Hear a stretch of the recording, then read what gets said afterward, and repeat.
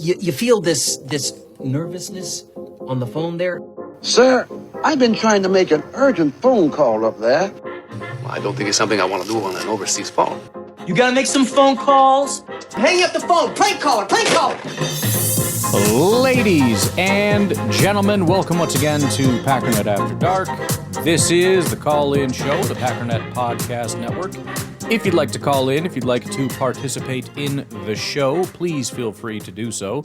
The phone number here is 608-501-0718. New callers go directly to the front of the line.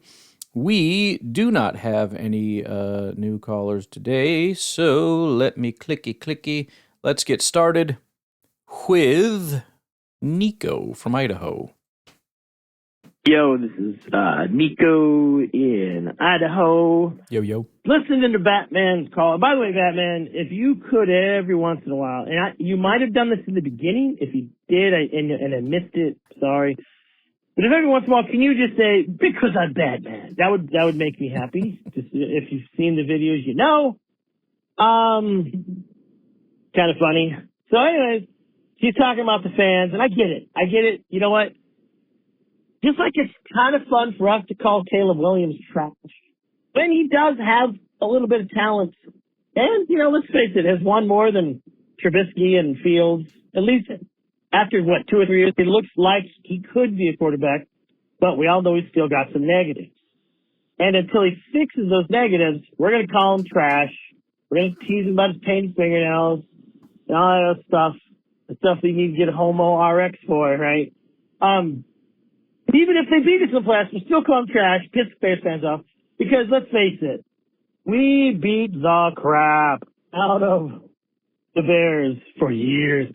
Like, as you just recently mentioned, Ryan, our quarterback made the belt move to a fan and said, I effing own you. And then kind of motioned to the entire stadium, I own you. You know what? Everyone said, you do. And that's got to be demoralizing. So, they're going to call love crap. They're going to call, because we've been pounding their teeth in the curb for 30 years. So I expect them to do what they're doing. But then here's the reverse too, because we all know what's going to happen.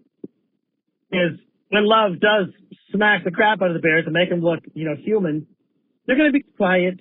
It's just like all the people that, also I was going to say, like right now, every Bears fan is calling Jordan Love crap because he can't win a playoff game. And, of course, if you look at the comments, it's always like, I didn't know Jordan Love played defense. And that's true. I mean, and I've had a few talks with the dude threw for 300 yards, 4 TDs, and 0 interceptions in a game. And he's like, yeah, but you couldn't do it at the end. I'm like, well, that's, if you have that stat line, if someone was to tell me that Jordan Love was going to do that in every game next year, I would say we might be undefeated unless we just didn't play our starters the last game. Because you didn't need to. Because that is overkill. You have a quarterback that throws 4 TDs, 300 yards, and no interceptions. You're going to win that game 99% of the time. Now, hang on. I got to play that. Okay, part 2. Nico, go. I have, other than the Packers, I have only seen the team come back from a deficit like that in the playoffs was back in the 90s. It was Houston, and Buffalo in the playoffs. I was at a laundromat in college. I don't even think I had a TV. So, I would go to the laundromat during football games to watch football. And it was, Warren Moon and Jim Kelly. Well, the Oilers were beat the crap out of the Bills. And then I think Kelly got hurt, or maybe Frank. It was against the backup quarterback, Frank Reich. You guys know that name. Mm-hmm. And I think they came back 24 points in the fourth quarter. So it has happened. It's very rare. So if Love could have 304 and 0 every game of the year, I'm good with that. But like I said, I expect the Bears fans to kind of, over exaggerate how bad Love is because unfortunately they did beat us, even though both of their victories were like miracles and should have not happened. But once he does cream them, they're going to get quiet. It's also a thing about LaFleur. I think Batman had mentioned how LaFleur gets a lot of love within the NFL, but a lot of criticism out. All those, let's just say the Packers just have a magic season no one massively important gets hurt, and we just run the gamut and we win the Super Bowl. All those idiots, all those Matt LaFleur can't coach, Jordan Love can't win under pressure, will all of a sudden turn around and be like, oh, I always knew he was a great coach. And of course we knew Jordan Love was an elite quarterback. Of course. And that's what's going to be annoying. But we've seen it before. We'll see it again. I mean, we will. Because we have teams that get talent and a lot of hate because we've won a lot.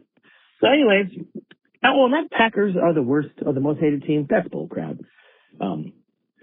That's absolute bullcrap. I've been to other stadiums and other fan bases hate teams that are other than Packers. I've been to a Packers home game and like all the Lions fans and Packers fans are the best friends. Trust me, Packers are not the most hated team in the NFL. We all know that's the Cowboys. Anyways, go Pack, go. Yeah, you could tell from the methodology right away that was not not the most correct view of things. But you could understand if you're talking about the most hated based on like the people around them. Yeah, the deep hatred from our rivals is it certainly runs deep. I will say, again, not to sort of impute motives here, but you do a good job, Nico, of when you hear kind of a rant or whatever to kind of be like, oh, come on, guys, it's not that big of a deal, whatever. I promise you, I'm fine. I'm not actually angry. You don't need to like calm me down or help me see their point of view because I don't really give a damn. It's part of the rivalry and it's fun and I like to talk trash. And when they say stupid stuff, I like to call them stupid. I understand that it's their job to some degree to kind of talk trash or whatever, but it's my job to then come back and call them idiots and tell them that they suck, and I hope that they live in misery. Strictly speaking of fandom in the NFL, obviously, but I hope that they live in misery for all time, for all of eternity. So that's where I stand on that. Nico, part 3. I guess I should clarify because actually Batman was talking about the fan following a Packer show and the dumb Packer guy agreeing that, love is bad and not whatever. And I don't know. All I can say is that there's a percentage of people that are just stupid. Mm-hmm.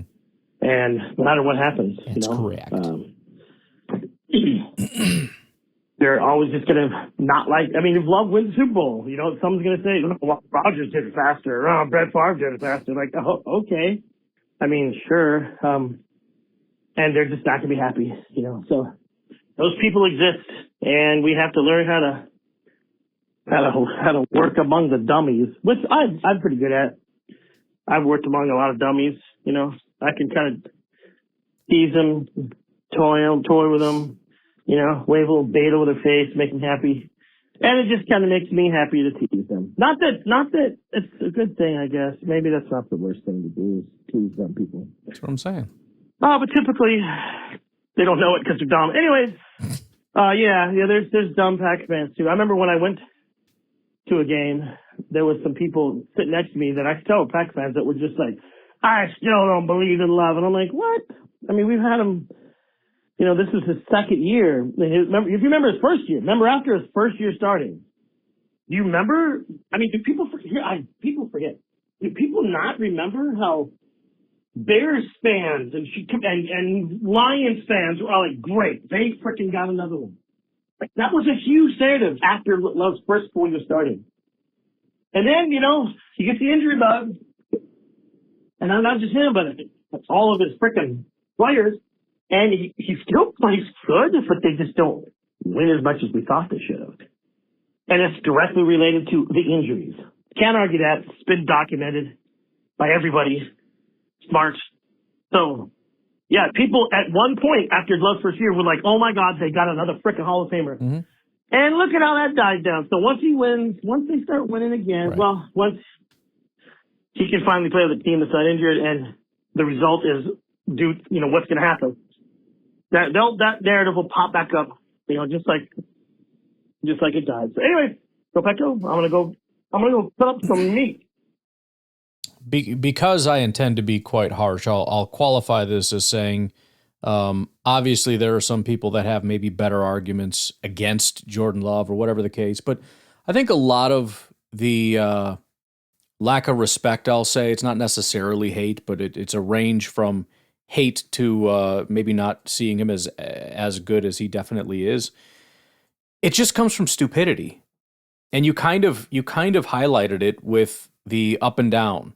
We do hear that all the time. Oh, you got another one. He's a Hall. Even from Bears fans. This isn't just like Packer fans. This is Bears fans. Oh, they got another one. And then it's, oh, he's a bust. And it's just this back and forth. And it's not even over the course of a year. It's not like, well, yeah, that 1 year he looked good and then everyone thought he was and then he was bad. It's on a week-to-week basis. And it's so stupid. It's so dumb. I mean, it's dumb to crown somebody after 1 week, period. But then to 1 week later say that he's a bust or whatever, like, dude, you're all just dumb. And I don't feel bad about spending a large portion of my time creating a podcast where I just call dumb people dumb because you deserve this for being so dumb. But yeah, I mean, again, as far as like we need to learn how to deal with it, I've learned. I got it. I got it all figured out, man. I think the only thing I maybe got to figure out is to spend less time worrying about it on social media. And that doesn't mean spend less time like talking about people on social media. That's not what I mean. I mean actually engaging on social media. That's a waste of my time. That's a waste of everybody's time. You're never going to win an argument. It's just going to be a freaking nightmare. But by all means, I will be spending a lot of time on social media. I will be spending a lot of time looking at all the stupid things, whether that's on Twitter, on Facebook, on YouTube, anywhere that I can find it. Reddit. Yeah, I will absolutely be using that to my advantage. Oakley dokley, let's take our first break. We'll be right back with Batman, Speak of the Devil.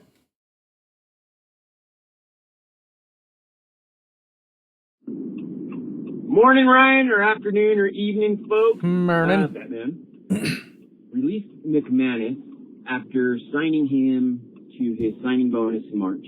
I don't think they were expecting to get the best kicker in the draft, but right. Again, masterclass-wise, Goody, I think what I have noticed this season is he's accepting mistakes from the past and rectifying them, which is something we've never seen really very much, and hopefully that's kind of a trend moving forward. We made a mistake on this player, we get on this. Hopefully we start seeing a little bit more of the, just because we draft this guy in the first round, we're going to give him a lot of opportunities, versus the seasoned vet that we really like a lot that's going to take away snaps from this guy. Golden's a good example, but I think they should have thrown him into the fire as much as he didn't know, and I understand that that's going to be detrimental to the offense, maybe, depending on where his learning curve was. But I kind of like that they're getting rid of these older players, Gary. Walker probably would have been fine, etc.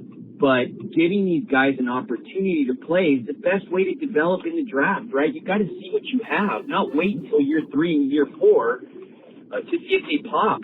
You see a lot of other teams letting those guys just like go out on the field and have rookie-breaking seasons, and we've never seen that because they just sit on the bench. And I don't think it has so much to do with talent as it does with opportunity. So McManus gone, realizing we paid him money to stay on here, and now we've got this guy who's going to get every single snap in off-season.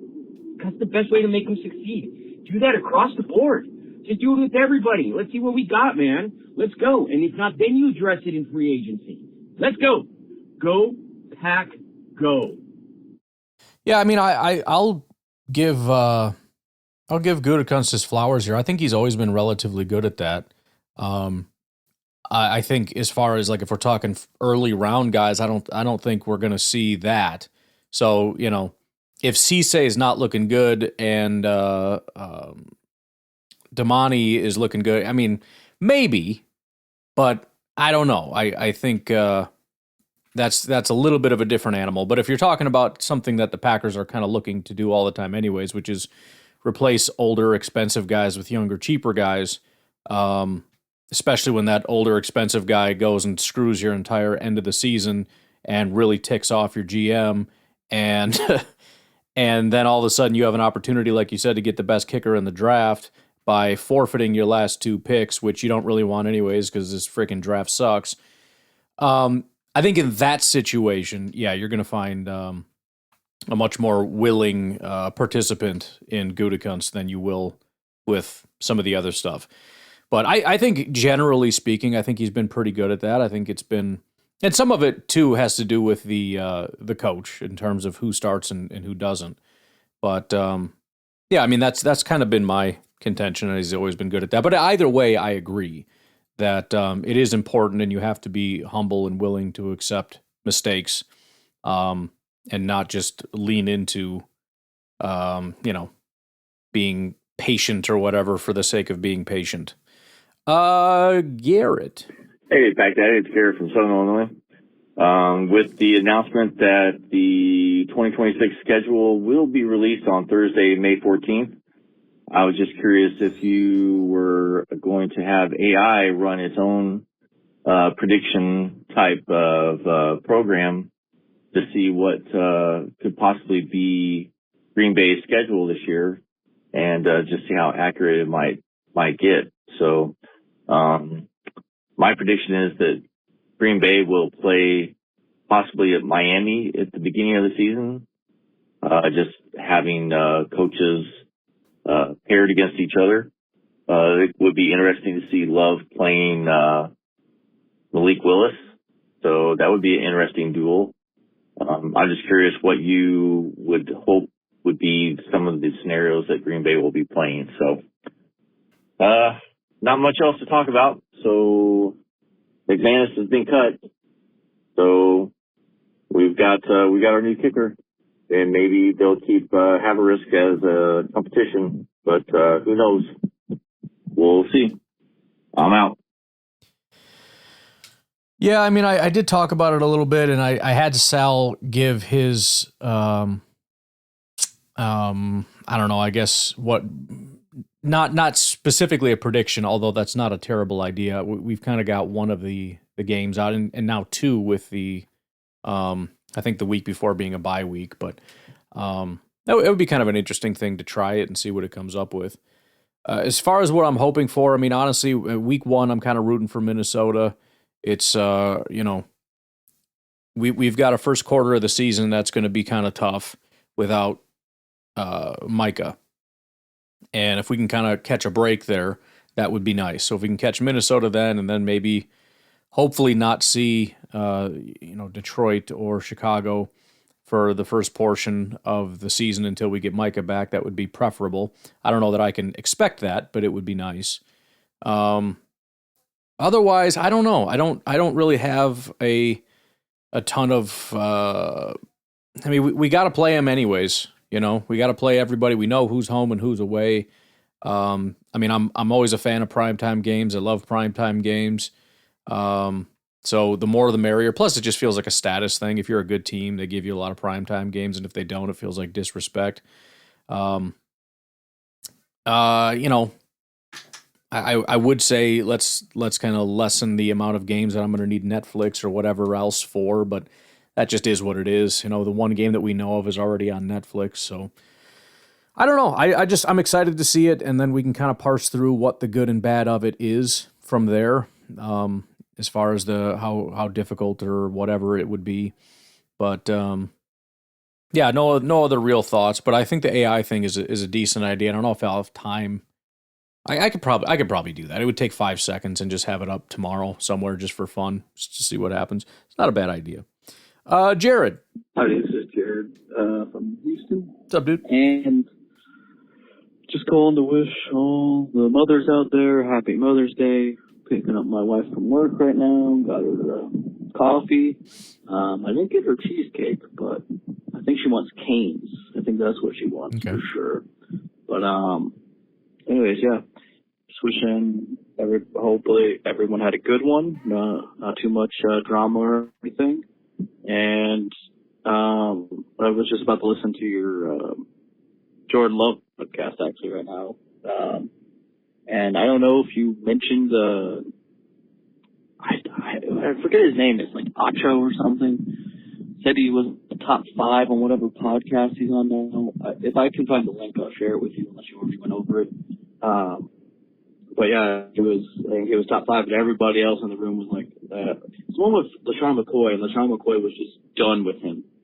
Now, I'm guessing you probably covered that one since you typically do his podcast. But anyways, yeah, I thought that was messed up, and like, I would take Love over a lot of quarterbacks in the league for sure.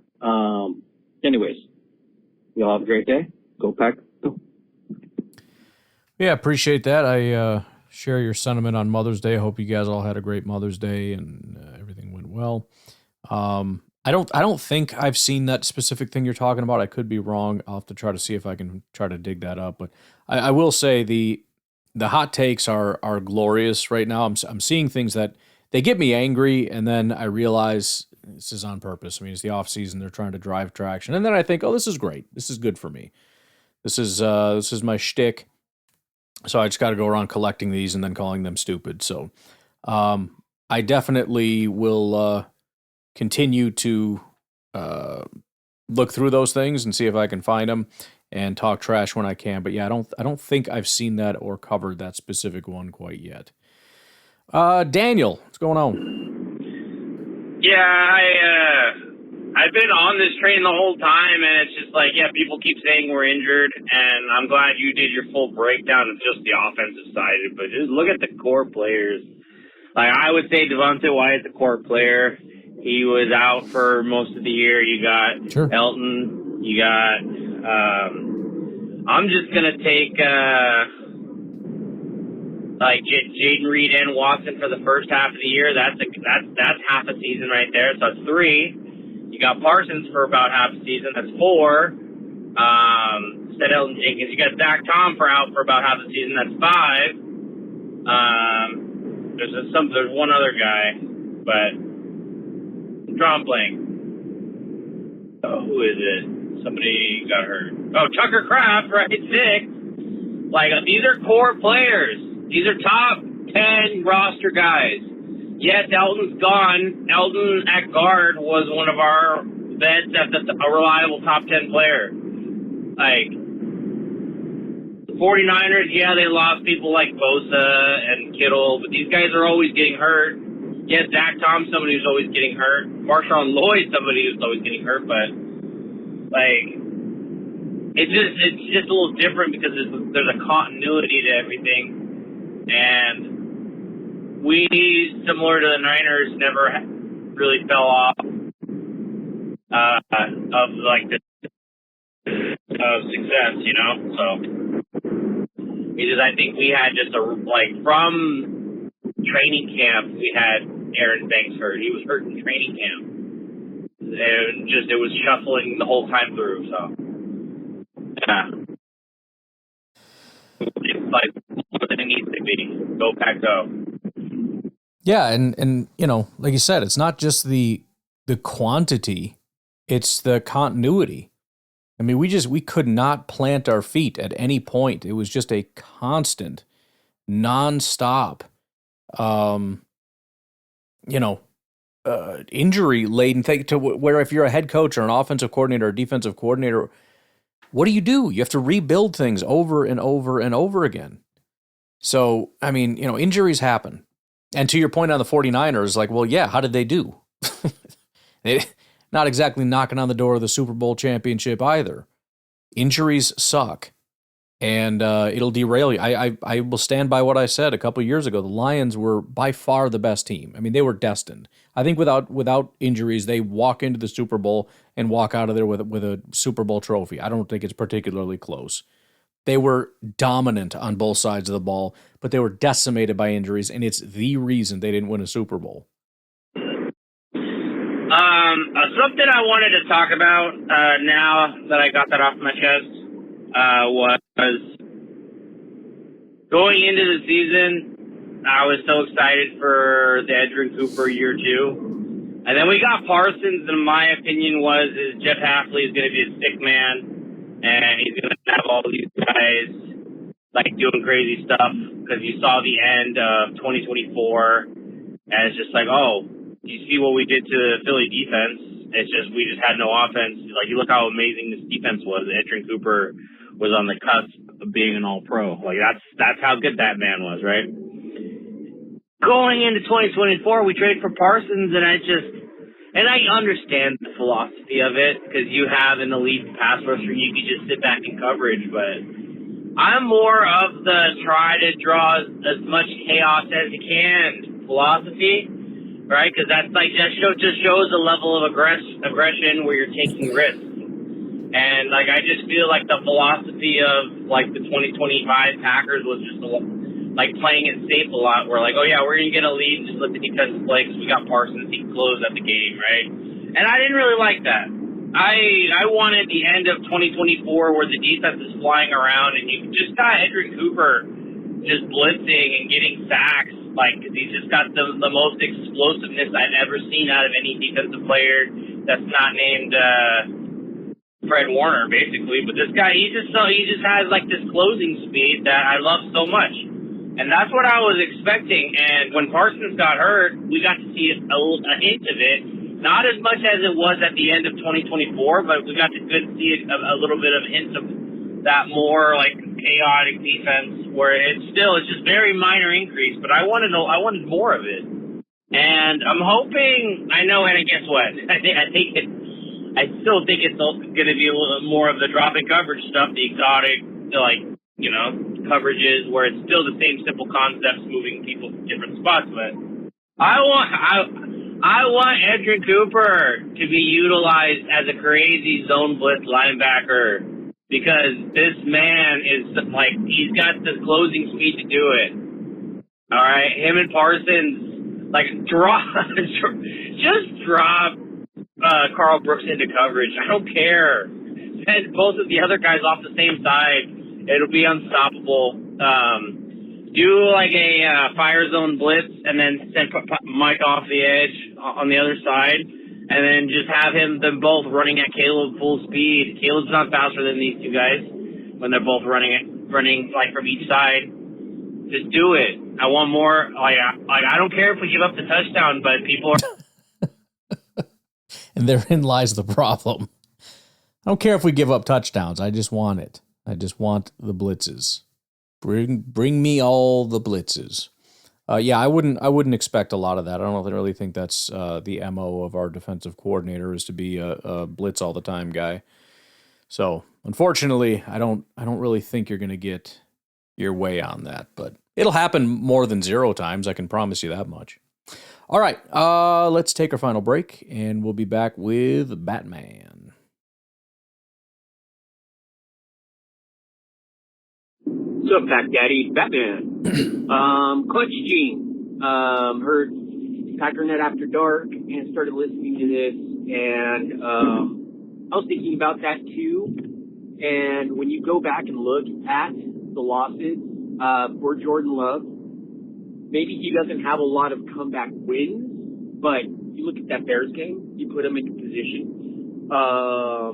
Previous years as well, it just seems like he has been there and the team has let him down. And the difference between him and, let's say, Aaron Rodgers is this narrative that the blame is on the fact that the team did not provide T. Higgins or X, Y, Z player. It's not Rodgers' fault they lost these games. It's because he didn't have the weapons around him to be able to succeed. Yet Jordan Love, despite not having a Devontae Adams or having that number one wide receiver or being handed the keys to whatever it is that this national media is looking at, it seems like there was always an excuse that the team was not providing to Rodgers, and that's why he was failing at the end of games in the playoffs and when it was clutch. But for Jordan Love, it doesn't matter. That narrative is completely He gets all the blame. And now it's more related to, you have everything. No, he doesn't, because you guys are all saying we're a mediocre team. Well, it's also hilarious to have Rodgers have at least one elite number one receiver his entire career. For many years, he had multiple elite receivers. But the narrative was, but he doesn't have an elite number two. Like, okay, who freaking does? But all right, fair enough. I'll play along with that. Jordan has never had that elite number one receiver in his career. And it's like, bro, it's on you. You guys lost, even though you played well. Looks like you suck. I don't know what to tell you. Like, what is this? I don't understand that. It doesn't have enough talent to win it all, yet you're throwing the entire blame on Jordan. So I think that narrative of excuses for one and not for others, and forgetting that we had Hall of Fame back-to-back quarterbacks that he's being compared to, and he's doing a damn good job, Right. man. Like, let's just stop with all that stuff. Anyway, my thoughts. Yeah, it's I don't know. There's so much stupidity here. I mean, it's multiple levels of being stupid. Like you said, setting the bar in a different place than, for example, Caleb. Is Caleb being compared to Rodgers? He's not. He's, as best as I can tell, and Bears fans will say this, well, we've never had anything like this, so you don't understand. Their bar is set at the worst franchise in the history of the NFL when it comes to quarterbacks. And because Caleb clears his bar and Jordan doesn't clear this other bar, which, by the way, is a stupid bar, but he doesn't clear it, well, then Caleb is the good quarterback and Jordan is the bad quarterback. Like, I don't want to play this game. I don't want to participate in this. This is so stupid that it's not even worth responding to. What are we frickin' even doing here? This is dumb. This is nonsense. I want to get off the train. What's going on, Ryan? Chris from Alabama. Just giving a call back, man. What's up, dude? Just really wanted to touch on, the schedule release is about to get ready to come up, and I know it's been a couple of leaks and a couple of if you want to call them mock schedules, I guess, like predictions on the schedule. And I know a lot of them have been saying that the week 1 matchup with us will be at Detroit. I've seen a couple of them saying that we'll start out the season at Detroit and end the season at Detroit. But honestly, man, Roger Goodell need to stop playing, man. Everybody know what game they want to see on week 1, man. They might as well stop playing, man, and go ahead and give everybody what they're asking for, especially us Packer fans, because I know I ain't the only one. Week 1, man, I want them Bears. I want to go back to the scene of the crime. I want week 1, Packers at Bears. At Bears. Week 1. Really, I wanted Sunday night football, but I'll take 325 NFL game of the week. I'll take that. I don't want to play nobody else in the division. You gonna stretch these division games out like they've been doing and have their week 1 matchup, and then you don't see your other division opponents till like week 12, 13, 14. So stop playing. Go ahead and get your ratings up. Must see TV. Because of all this garbage that's been talked about how this Caleb Williams is such a talented quarterback and how Jordan Love is so inconsistent. Go ahead and put it on week 1 and let's go ahead and see what the deal is. Week 1, Packers at Bears. That's what I want to see. I'm pretty sure everybody else want to see it. So let's go ahead and stop the BS and let's go ahead and get it on. Packers at Bears, week 1. Let's go.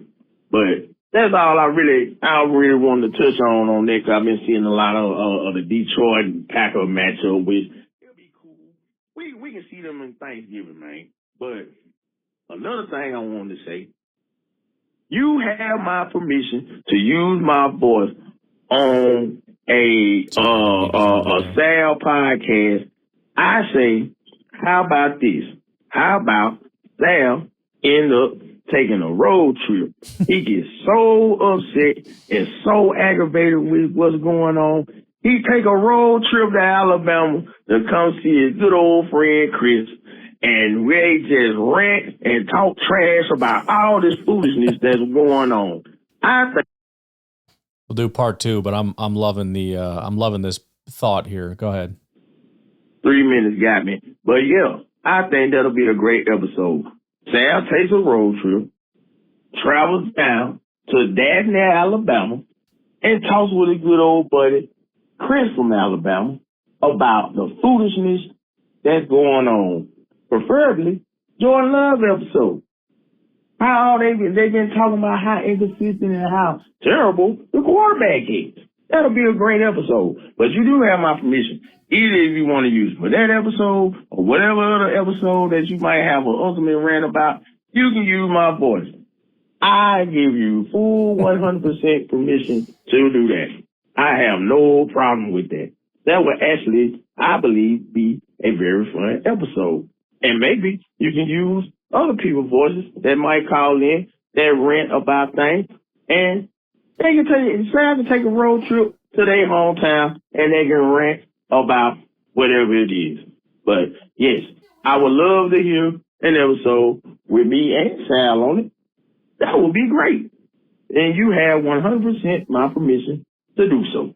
Just wanted to let you know that.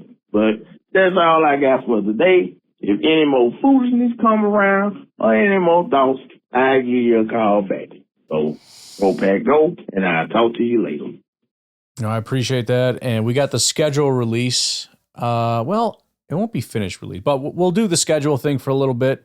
Probably be the next couple days, but probably shortly after that. I think that's a fantastic idea. By the way, any other callers want to do a collab with Sal, just go ahead and give me permission. I think that could be kind of funny. But definitely Chris from Alabama, that needs to happen. So that will happen. Yeah, we got two more callers. Let's go ahead and close it out. Daniel from California. I'm pretty sure I've made the comment about how, like, I really like the layout of our offense where we have the gap running scheme with Jacobs and then we have the fast, speedy vertical receivers. So it really puts just the run game mechanisms with the receivers we have. It really kind of gives you that boomer bust setup with the style of players we have. And I was really, I haven't watched Tucker Kraft in a long time because he's been hurt for a long time. And I was, I think it's the Pittsburgh game where you just see some of the little, like just they're kind of screens. Some of them are not. Like there was one or two of them where they were screens where he just turns around and he just takes it on a little mini screen where he's only got a tackle running in front of him. And then there's another one where he's just like a little hish. He just takes it and runs it down and just thinking, wow, you got these shallow routes with these vertical receivers. And what hit me too is you got Savion in the mix now too. So if you ran like a 3 receiver, 1 tight end setup with Savion on the opposite side of the speedy receivers, and you got Tucker on the strength side of the speedy receivers, right?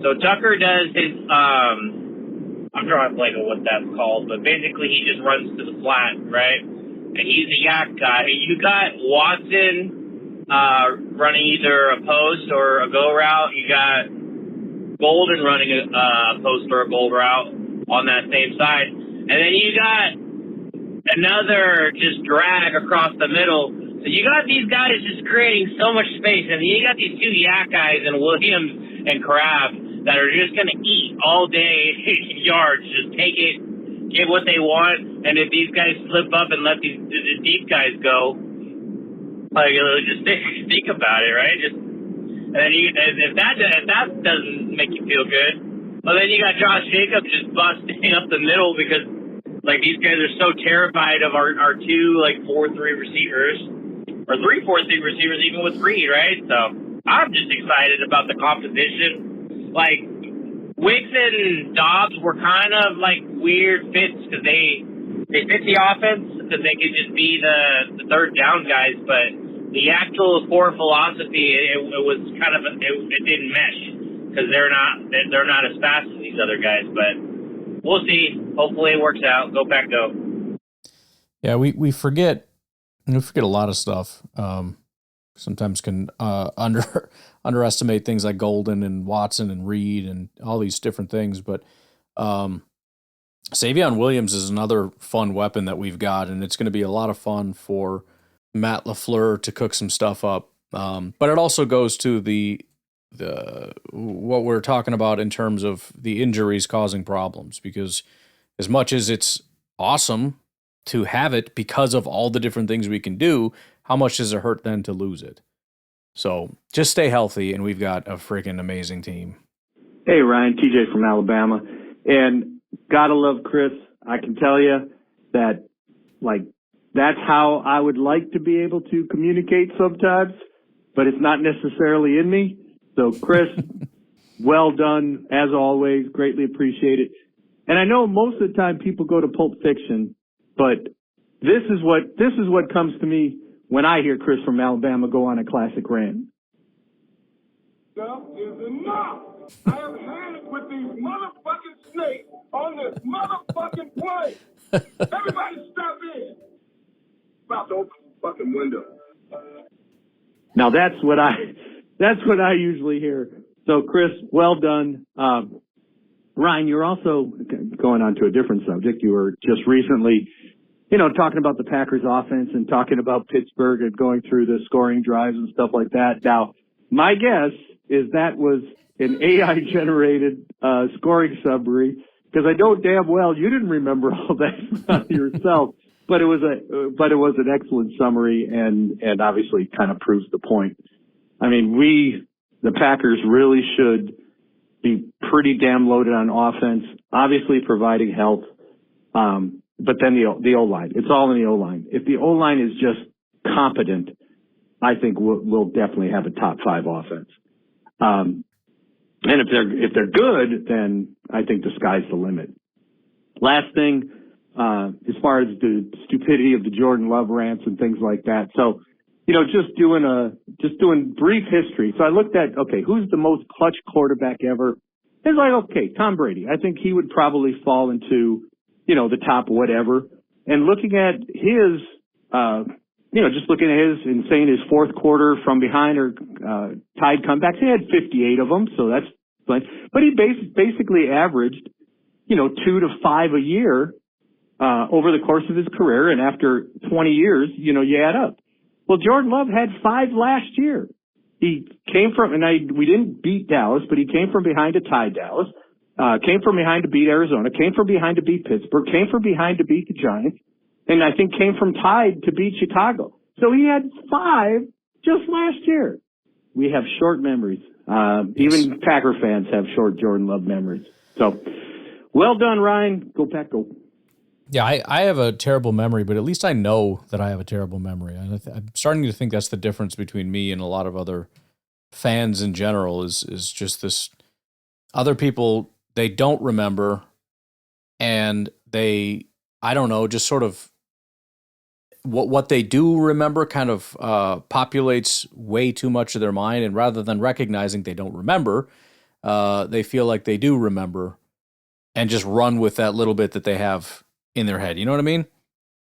So maybe that's the problem, is we need to recognize how much we forget, and that'll help us to be a little bit more open to thinking, maybe I'm wrong about that one.